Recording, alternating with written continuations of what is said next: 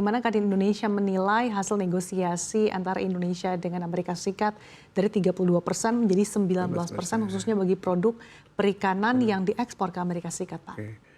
Ya, selama ini memang teman-teman pelaku usaha tuh khawatir kalau 30% itu kan tidak masuk akal ya.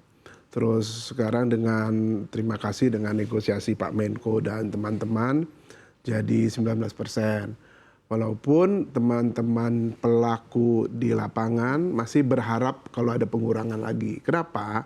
Karena dari 19% itu ada anti tarif dumping sekitar 3,9%. Jadi sekitar 22,9%. Tetap lebih tinggi dibandingin Ekuador, Vietnam, sama India.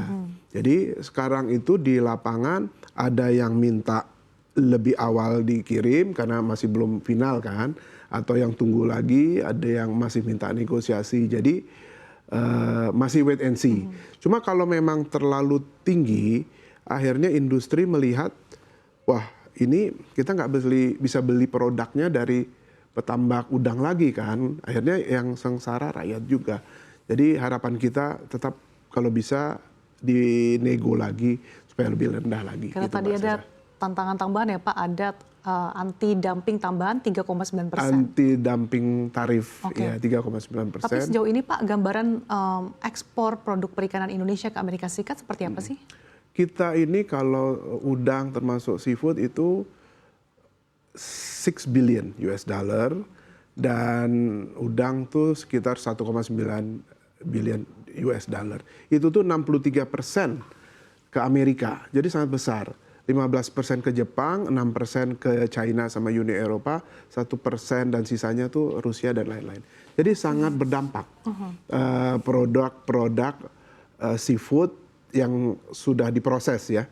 Contohnya loin, tuna, ken atau udang yang sudah diproses. Jadi sangat-sangat tergantung dan sangat besar, 63%. Oke. Dengan proporsi ekspor Indonesia ke Amerika Serikat yang cukup besar, 63% tadi ya Pak. Kalau kita ada tadi tarif anti dumping, kemudian totalnya sekitar 22% ya Pak in total.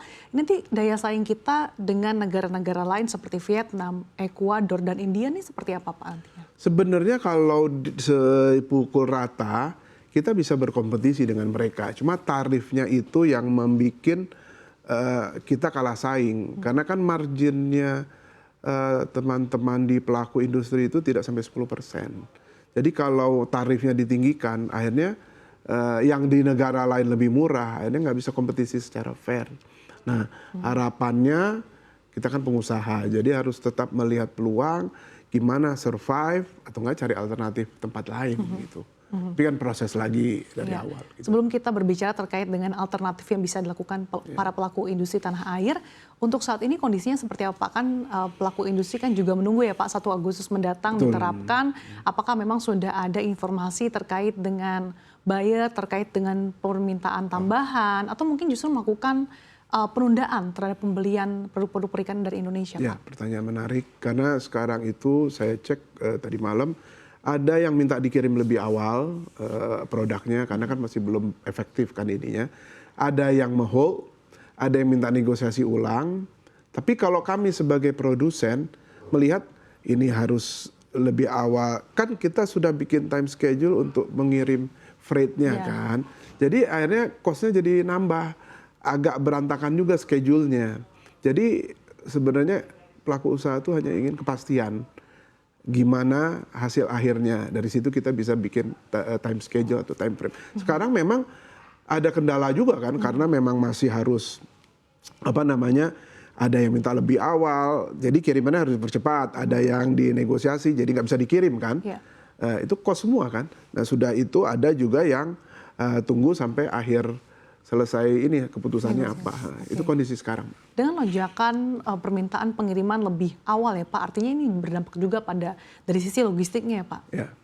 Dan ini bagaimana penambahan cost yang dialami oleh industri? Apakah ini tentunya semakin memberatkan posisi industri saat ini Pak, sambil menunggu kepastian juga? Iya, kalau yang minta lebih awal, logikanya sementara ini biasanya mereka dikirim bulan depan atau 2 bulan lagi. Dia diminta dikirimin sebelum 1 Agustus. That means kapal pengangkutnya kan harus dicari yang lebih awal kan. Biasanya kita sudah book untuk yang bulan depan, kita cari yang sekarang cost. Sudah itu ada yang beberapa tempat lain yang memang disiapin untuk ke tempat lain tapi belum ada pembeli, kita ambil. Biasanya kalau ambil kita lagi nggak punya dananya, dia yang pegang barangnya, cost-nya kan nambah kan. Punya barang saya mesti kirim ke Amerika nih.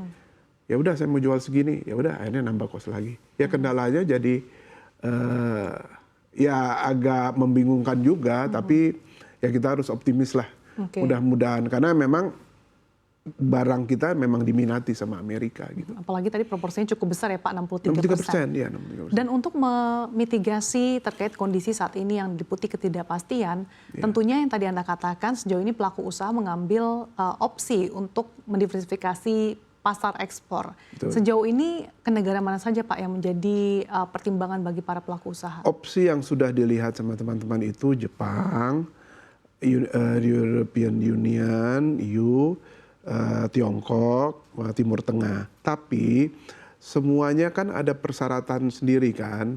GSP-nya, General Specialized Preference. Sudah itu syarat-syaratnya. Contoh kalau ke Jepang, semua packagingnya harus bahasa Jepang. Jadi tidak bisa langsung merubah segala macam dan langsung kirim. Harus negosiasi lagi, kirim dulu penawaran, buka LC segala macam. Walaupun memang itu tidak menutup peluang ke negara lain. Cuma at least it takes some effort dan harus mulai lagi dari awal. Tapi ya itulah kita mesti harus optimis ya.